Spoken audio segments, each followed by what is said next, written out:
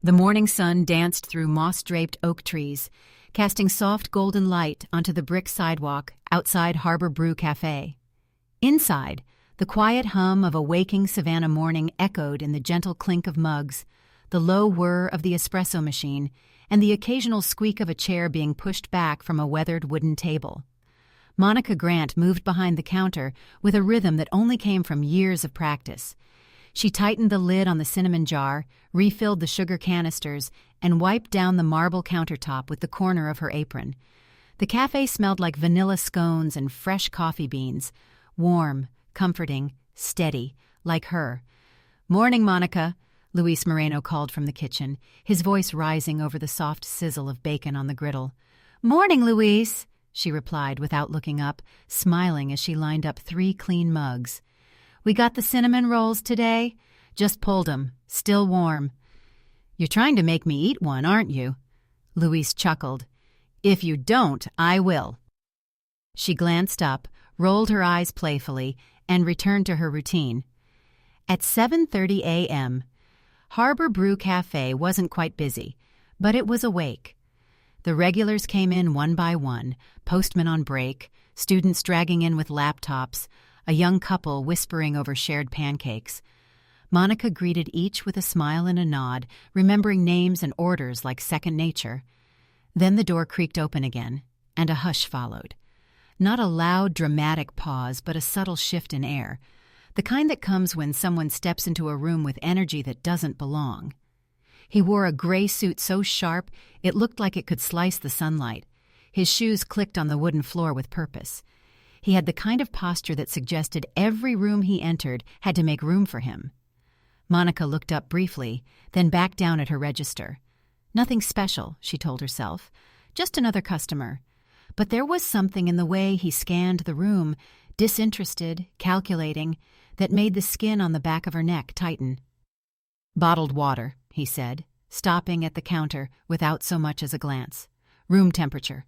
His voice was calm, firm. He didn't ask. He ordered. Monica paused for just a breath, then nodded. "Coming right up." She moved to the fridge behind the counter, not because that's where the water was, but because she needed the second to exhale. 1 bottle, no ice. Simple enough. As she turned back, she caught him checking his watch, then scanning the room again like he was scoring it. She placed the bottle in front of him on the counter. "Would you like a glass with that?" "No." He walked past her toward a table by the window without another word. Monica's eyes followed him only for a second before she turned back to Mrs. Nancy Hill, who had just arrived, and was waiting by the pastry display with her usual gentle smile. "Morning, sweetheart," Mrs. Hill said, adjusting the strap of her canvas handbag. "You're already running circles this morning." Monica smiled. Just a little extra buzz in the room. Nancy chuckled. "It's always peaceful when you're working. That man, though, he looks like he wandered in from a boardroom somewhere." Monica didn't comment. She knew better than to feed curiosity before caffeine. Nancy ordered her usual, latte with oat milk and a cinnamon scone, and Monica began the familiar steps, the milk foaming, the shot pulling, her hands moving with mechanical grace. As she worked, the suited man near the window spoke quietly into his phone. She couldn't hear the words, but she caught the cadence. German, fluent, fast, cold. Interesting. Most people didn't speak German in downtown Savannah. Not fluently, anyway. Not unless they had reason to. The man sat alone for only a few minutes before another man arrived, older, with a fuller face and slower walk. Navy blazer, gold cufflinks, less stern but still polished. They greeted with a quick handshake and slipped into easy conversation, again in German. This time, Monica caught it more clearly. She didn't linger, just passed by their table with a refill for another customer. But as she did, a familiar word drifted toward her from their corner. "Bedienung." Waitress. The tone was clipped, casual, but not kind. Monica didn't react.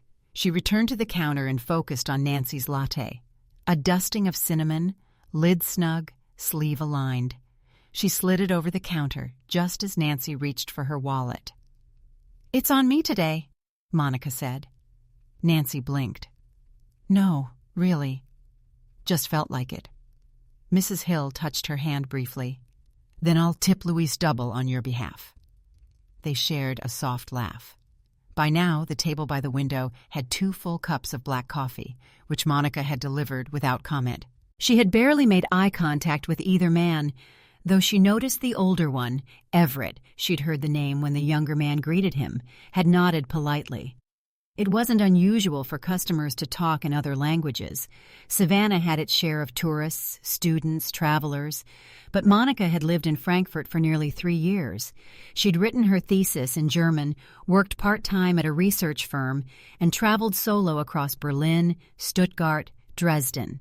She recognized the cadence, the syntax, and, more importantly, the subtext. This wasn't just casual conversation, it was commentary. And she had been the subject, but not the center. That made it easier, and somehow harder. She didn't plan anything right away. Instead, she circled the cafe like she always did, checking tables, refilling condiments, collecting empty mugs.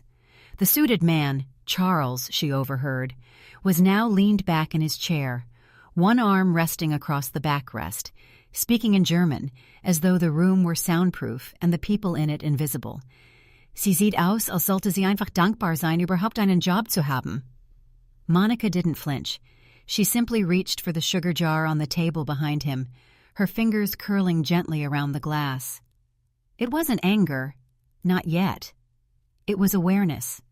This man, Charles Whitmore, had walked into a humble cafe, looked around at the old floorboards and chalkboard menus, and decided the place, and everyone in it, was beneath him. Monica knew people like him. She'd served them, studied next to them, been ignored by them in university halls, and questioned by them in airport lounges. She also knew the power of silence and the weight of timing. It wasn't her job to teach him anything, but sometimes the moment decides for you. Outside the window, the sun shifted behind a cloud, and the room dimmed just slightly. The voices in the cafe quieted, like the whole place took a breath. Luis stuck his head out from the kitchen. "You good?" he asked. Monica nodded once. "I'm good." She wasn't smiling for customer service now. She was smiling because she had just made a decision. And when she made decisions, she didn't walk them back. Monica didn't flinch. Not when the German words landed, not even when they stung. Instead, she straightened the stack of menus on the counter and poured 2 more mugs of black coffee for a couple of students who had just settled near the back. Her body moved as it always did, fluid, precise, composed. But her ears were open, her mind alert. Charles Whitmore had assumed she didn't understand him. That much was clear from the ease with which he spoke, the confidence in his tone, and the fact that he didn't bother to lower his voice even as he laughed. Monica recognized the words. Sie sieht aus, als sollte sie einfach dankbar sein, überhaupt einen Job zu haben. She should just be grateful to have a job. It was the kind of phrase that was made sharp by context, dull on paper, cutting in real life, especially when spoken about someone standing just feet away, delivering coffee with care. Louise stepped out from the kitchen briefly and caught her eye. He said nothing, just raised an eyebrow. She gave him a soft nod and moved to table 6, where a retired schoolteacher named Mr. Carter always asked for a blueberry muffin toasted on both sides. Monica served with the same quiet grace she always had. But inside, something was shifting. Not boiling, just steeping. Charles hadn't stopped. "Man sieht, dass sie keine Ahnung von Bildung hat," he added, almost casually. You can tell she doesn't know much about education. Monica paused just behind the counter, one hand still holding a napkin she was folding. That one didn't just sting, it twisted. She didn't need to prove anything to Charles Whitmore. But the insult hit not because it was true. It hit because it was so confidently wrong.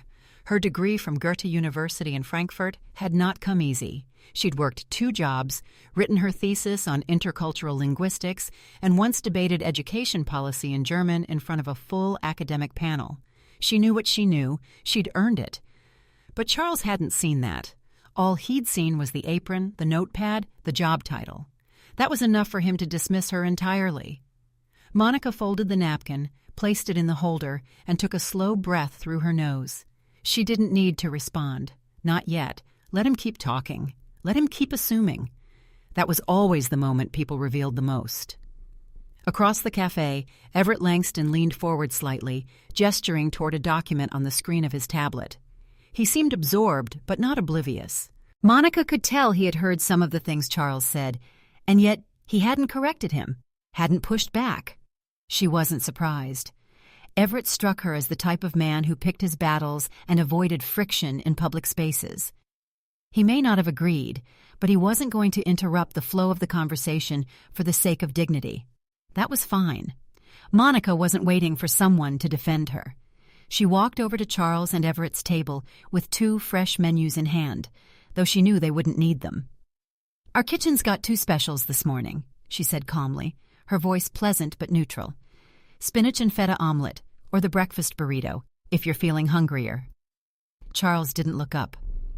"Omelet, no onions, and bring it out quickly, please." Everett offered a slight, more courteous smile. "Same for me, thank you." Monica nodded and wrote the order down even though she didn't need to. Her memory was as sharp as her German.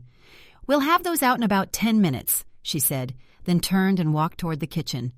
Behind her, Charles's voice picked up again, back in German, full of the same derisive tone.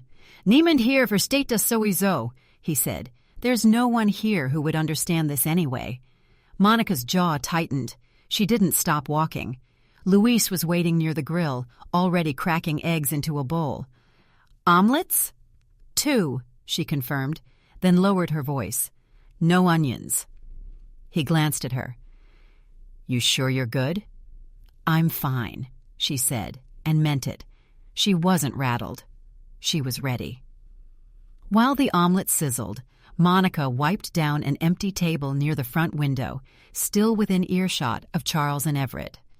She didn't eavesdrop. She listened. There was a difference. She heard names she didn't recognize, amounts of money that made her eyebrows lift slightly, and phrases that suggested more than just casual conversation. Charles wasn't just arrogant. He was careless, and Monica was beginning to wonder if what he was saying might matter to someone beyond this café. She returned to the kitchen to grab 2 mugs for another table, then paused when she caught her own reflection in the metal surface of the espresso machine. Her face was calm, her expression unreadable, but her eyes were alive.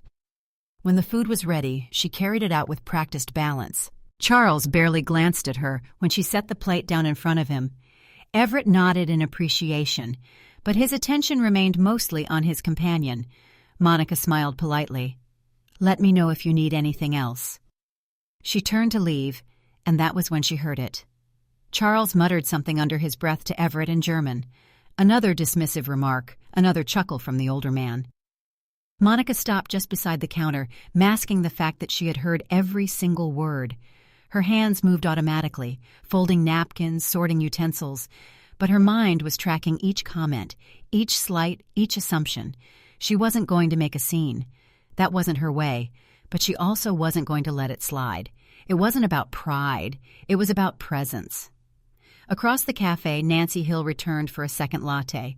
Monica smiled and began the process again. Grind, tamp, pull, steam, her hands steady, her breathing even. Luis leaned against the doorframe between the kitchen and front of house, watching her. "You ever just want to tell someone what's on your mind?" he asked softly. Monica glanced up. "All the time." He raised an eyebrow. "You planning to?" She shrugged. "Eventually." Luis didn't push. He just nodded and went back into the kitchen. At Charles and Everett's table, the conversation had moved on. But Monica knew better than to think it was over. People like Charles rarely expected consequences. Their words hung in the air, unnoticed by those they deemed irrelevant. But Monica wasn't irrelevant, and she understood everything, every single word. She refilled a sugar jar slowly, letting the glass tap lightly against the counter. She watched Charles out of the corner of her eye as he leaned back, crossed one leg over the other, and spoke again in German, his tone smug, his posture relaxed. He had no idea, and that was the advantage. Monica waited. Not out of fear, out of strategy.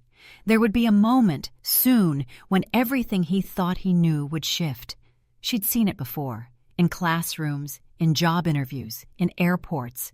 The second someone realized the person they'd underestimated had been paying attention all along.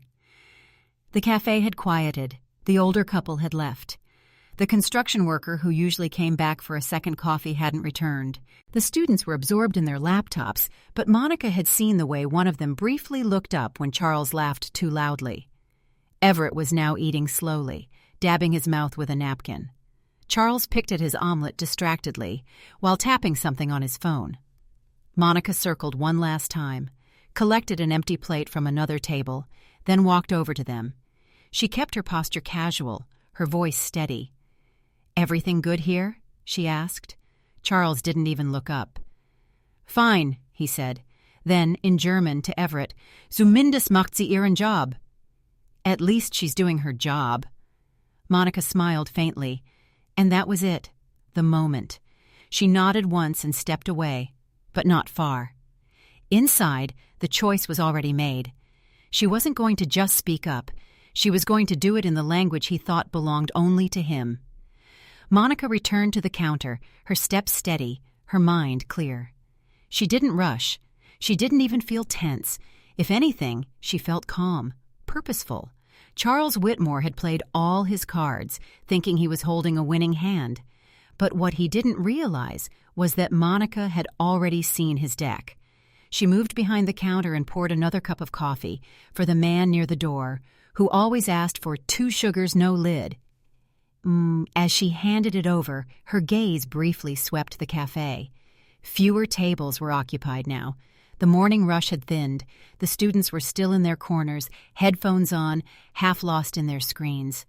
Mr. Carter had finished his crossword and was chatting with Nancy Hill near the pastry display. And Charles? He was relaxed, too relaxed. That was the moment she'd been waiting for. Timing mattered. She'd learned that in Berlin, at marketplaces, in negotiation classes, even in casual bar conversations. You didn't push when the other person was bracing for it.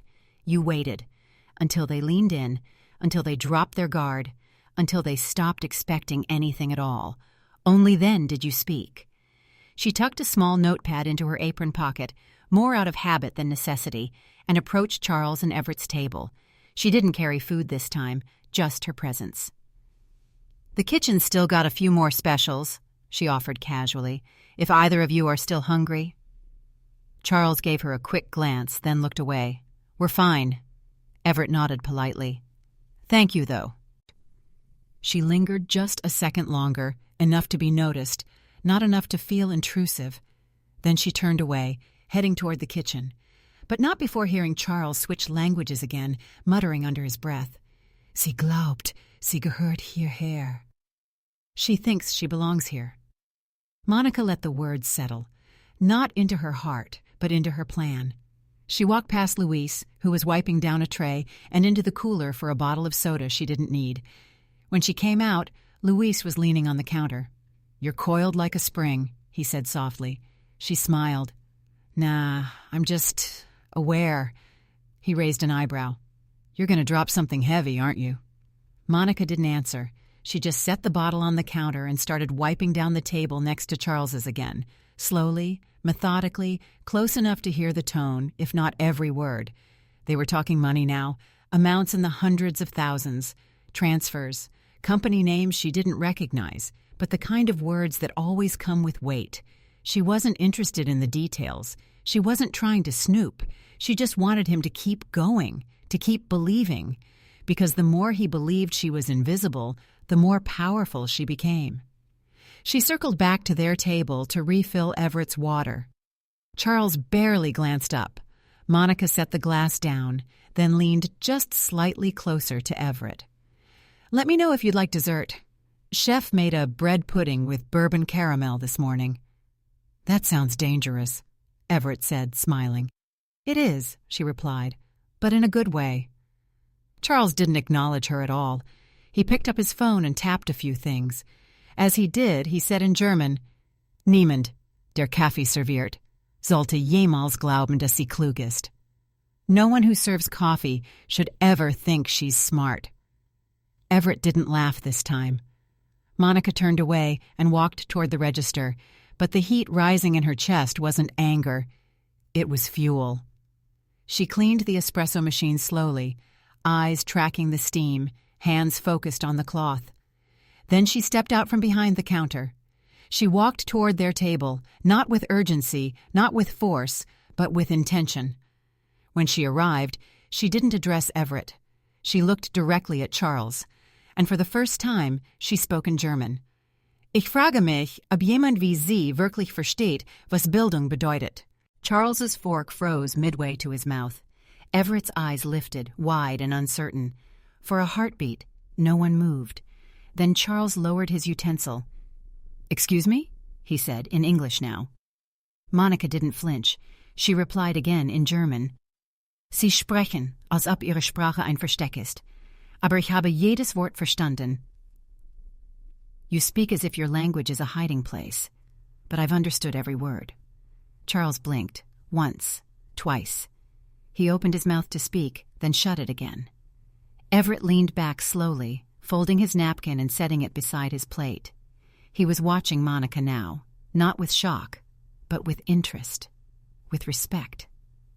Monica's voice didn't rise. It didn't waver. It flowed.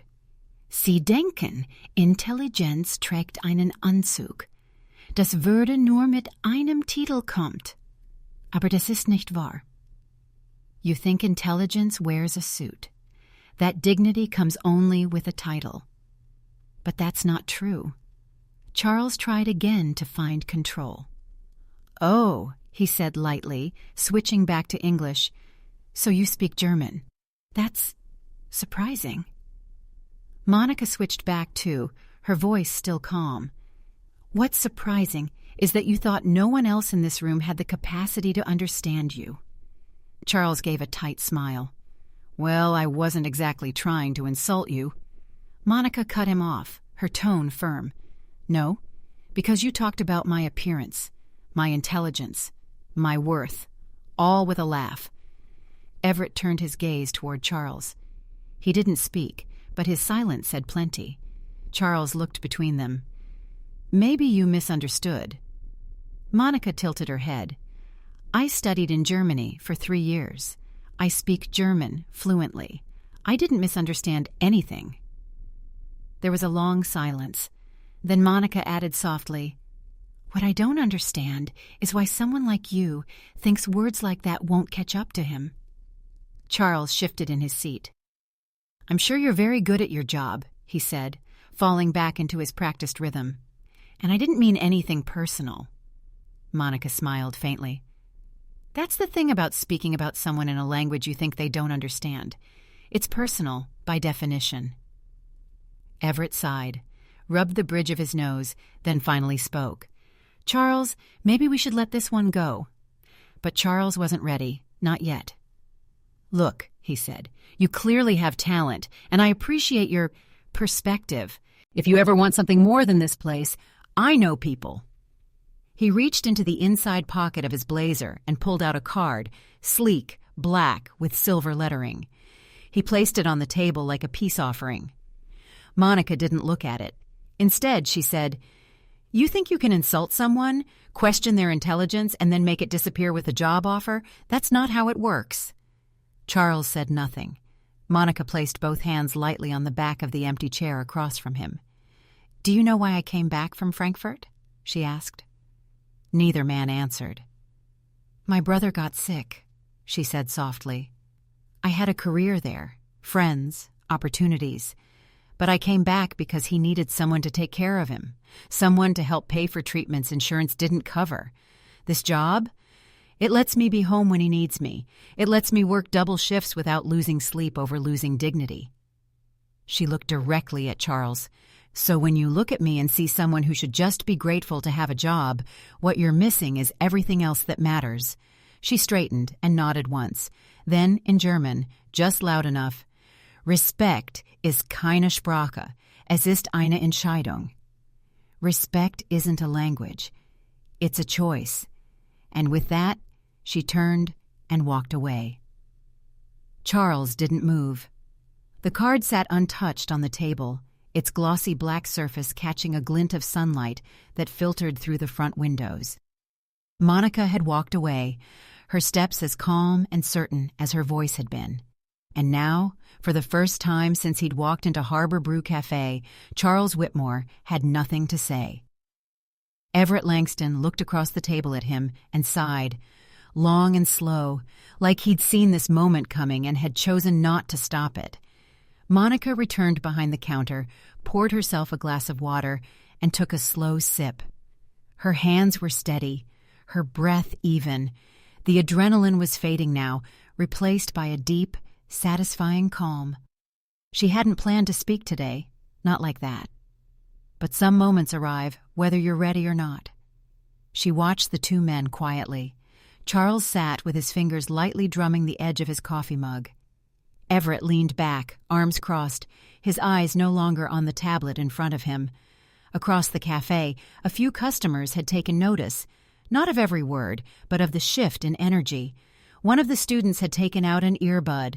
The man near the door with the newspaper had stopped pretending to read. Luis, from the kitchen, stood with one shoulder against the door frame, arms crossed, his towel hanging loose in one hand. The air wasn't tense. It was alert.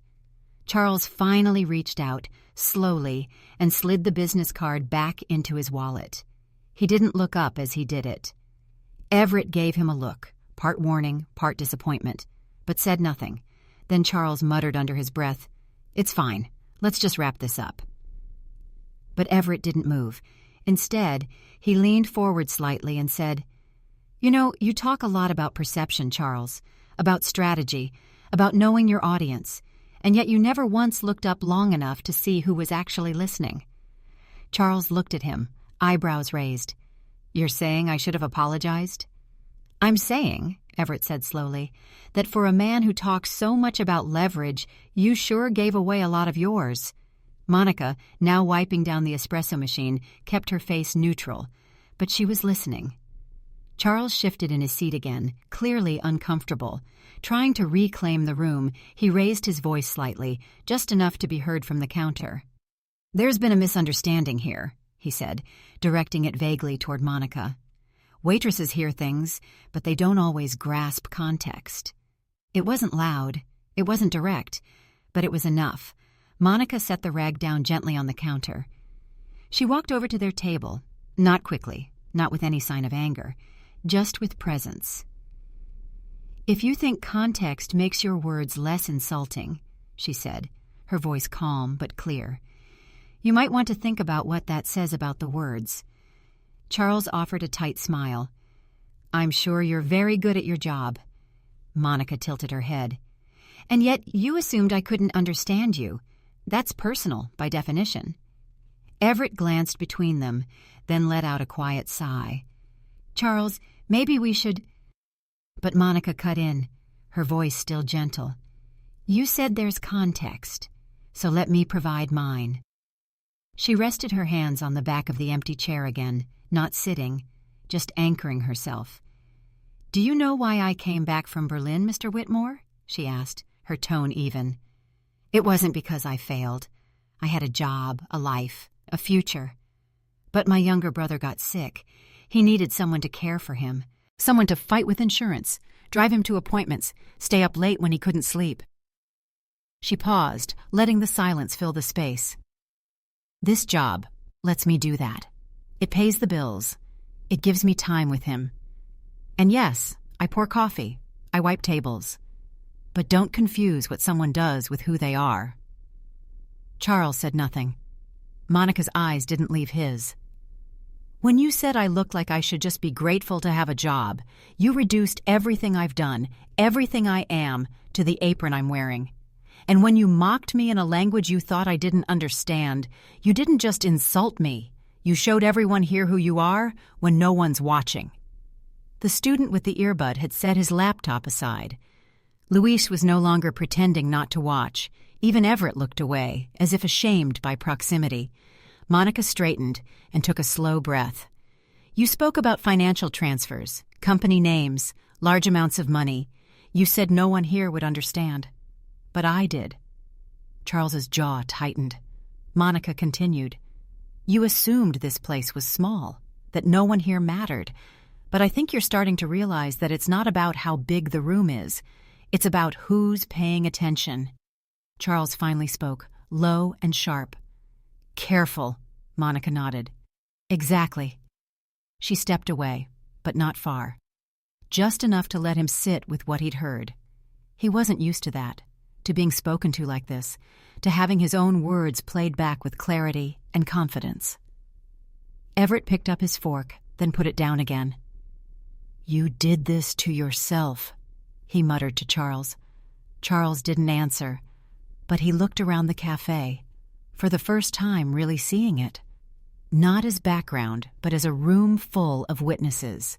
The weight of his assumptions was settling in. He finished his coffee in one long swallow and stood up abruptly.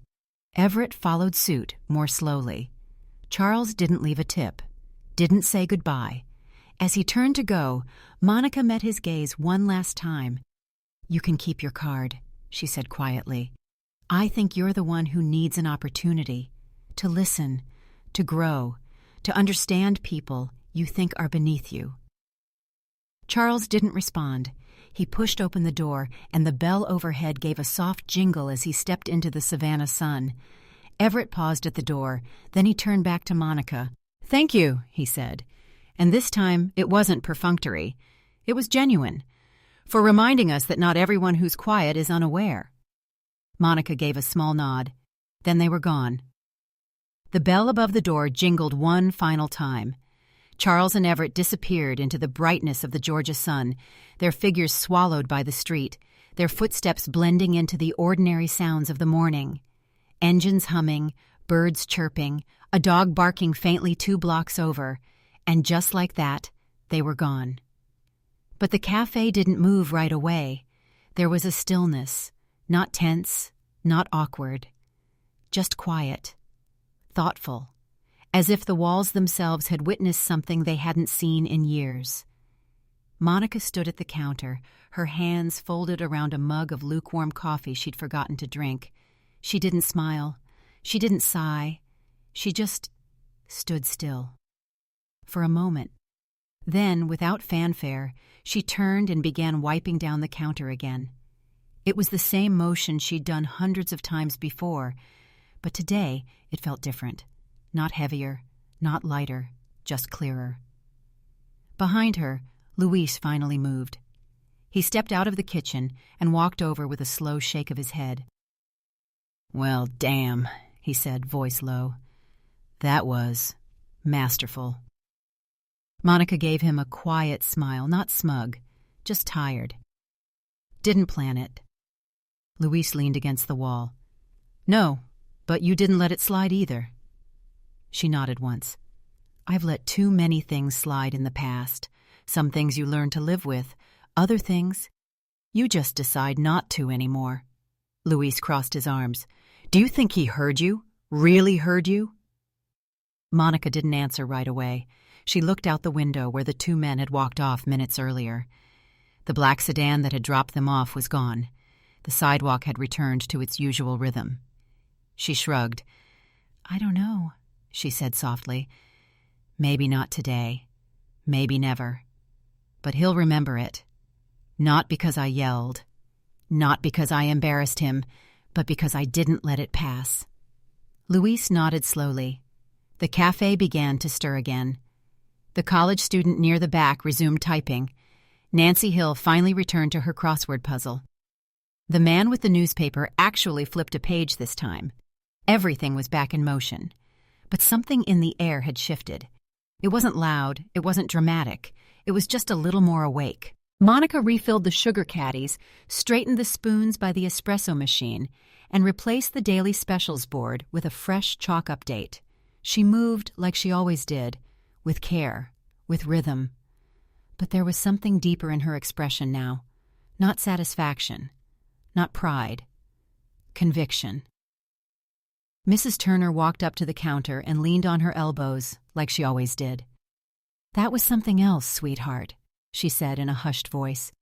"Reminded me of when I used to teach middle school and finally had enough of the vice principal talking over me during every staff meeting."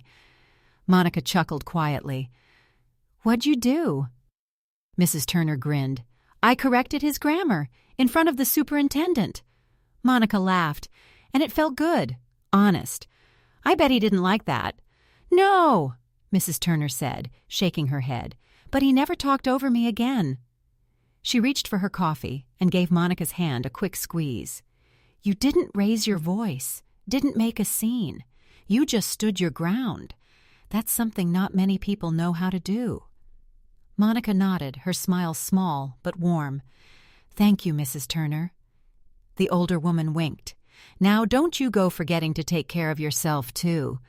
That kind of fire needs rest." She left with her latte, and Monica stood still for a moment longer. Her phone buzzed in her apron pocket, a message from her brother. "Doc says the new meds are working. You can chill for once. Love you." Monica stared at the screen, then exhaled slowly. "Good," she whispered. "That's real good." She didn't reply right away. She just held the phone in her hand and leaned against the back counter, watching the light pour in through the window. She thought about what Charles had said, not just today, but what he meant behind the words.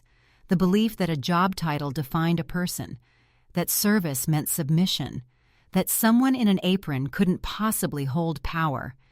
He wasn't the first person who thought like that. He wouldn't be the last. But Monica knew better. She thought about all the people who had written her off the moment they saw her working behind a counter, about the professors who had once questioned her place in graduate seminars, about the airline passenger who once assumed she was the cleaning staff at Frankfurt Airport. She hadn't fought every battle. She'd chosen her moments. But today mattered. Because it wasn't just about her. It was about every woman who'd been spoken over, every worker dismissed, every accent mocked, every assumption made in a whisper someone thought was safe. And it was about every young man, like her brother, watching her and learning how to stand tall, not with fists, not with fury, but with truth. Miguel finally came out from the kitchen, chewing on something and shaking his head. "You seriously spoke fluent German?" Monica smiled. 3 years in Berlin. "Remind me never to mess with you?" "You already knew that," she teased. He laughed and went back in. Monica stepped outside for a moment, the bell jingling softly behind her. The street was calm. A few people strolled past. A delivery truck beeped as it backed into the alley behind the bakery. She stood on the sidewalk and just breathed. The air was warm, familiar. She thought about Berlin. She thought about Savannah. She thought about the weight people carry. Not the physical kind, but the invisible kind.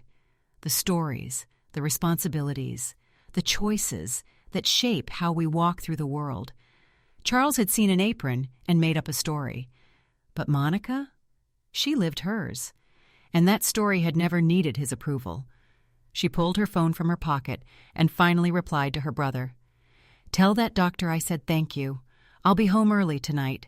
We'll watch that movie you like, the terrible one with the aliens and fake science." He replied 2 seconds later, "Best sister ever." Monica slipped the phone away and smiled to herself. Then she walked back into the café, her posture light, her heart steady. There were more tables to clean, more orders to take, more people to greet, and Monica was ready. Because sometimes the most powerful thing you can do isn't to raise your voice, it's to stand your ground, to listen, to speak when it matters most, and to remind the world, quietly, confidently, that respect isn't optional. The cafe returned to its rhythm.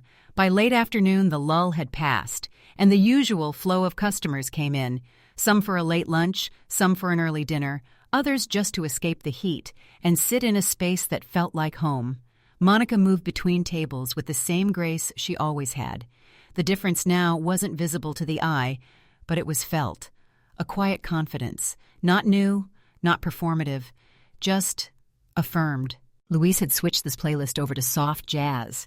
Miguel was experimenting with a new lemon scone recipe in the back, and the chalkboard had been updated with Monica's neat handwriting. Kindness doesn't cost extra, but it's always worth more. People noticed. Mrs. Hill pointed it out to her husband. A teenager in line snapped a quick photo. Someone even asked who wrote it. But Monica didn't bring it up. She didn't need to. Some truths don't need a spotlight. They just need to land. As the sun dipped lower, the golden light spilled across the cafe floor, casting long shadows that danced with the breeze from the ceiling fans. Monica took a seat for the first time all day, sipping an iced tea and watching the last of the after-work crowd come in. She thought again of Charles Whitmore. Would he change? Maybe. Would he remember? Absolutely. Because there are moments you don't forget, not because they're loud, but because they strike something inside you, something you didn't know was being watched, something that says you don't get to speak for everyone, and someone is always listening. She didn't need revenge. She didn't need him to apologize. The moment had already done its job. A few feet away, a young woman approached the counter. She looked nervous, holding a resume clutched in both hands. Monica stood, took it gently, and offered her a reassuring smile. "You looking for part-time or full-time?" The girl blinked, surprised. Part-time, college student." Monica nodded. "You've ever worked front of house before?" "Only for a summer, but I'm a fast learner." "I can tell," Monica said warmly. "We'll give you a shot." The girl smiled, visibly relaxing, and just like that, a small door opened for someone else. That's how it worked, Monica had learned. Big moments were rare, but little moments, small bridges, those happened every day. You just had to choose to build them. The sun set. Customers trickled out. The espresso machine hissed one final time for the evening, and Monica closed out the register with steady hands, checking inventory like clockwork. As she flipped the sign on the door to "Closed," she paused for just a second, her eyes on the street outside. The world hadn't changed today, not in the way people hoped for in headlines, but something had shifted. A man had been forced to see someone he thought was invisible, and a room full of strangers had witnessed what quiet power looks like. Not fury, not shouting, just truth. Unapologetic, precise, unflinching. Back at the counter, Monica gathered her things. Her phone buzzed again, a simple message from her brother. "Save me a scone." She smiled. Because at the end of the day, this was what mattered. Not the suits, not the cards, not the judgments made by people who never cared to ask, but family, integrity, and the kind of strength that doesn't announce itself. It just stands, even when no one claps. As Monica turned off the lights and locked up, the street outside was quiet. A cool breeze finally swept in off the river, brushing against her skin like a soft reminder. She walked down the sidewalk, not in a hurry, not looking back, because she didn't need to. She'd already left her mark. And for anyone who'd been watching, the lesson was simple. It doesn't matter where you stand, in a boardroom or behind a counter.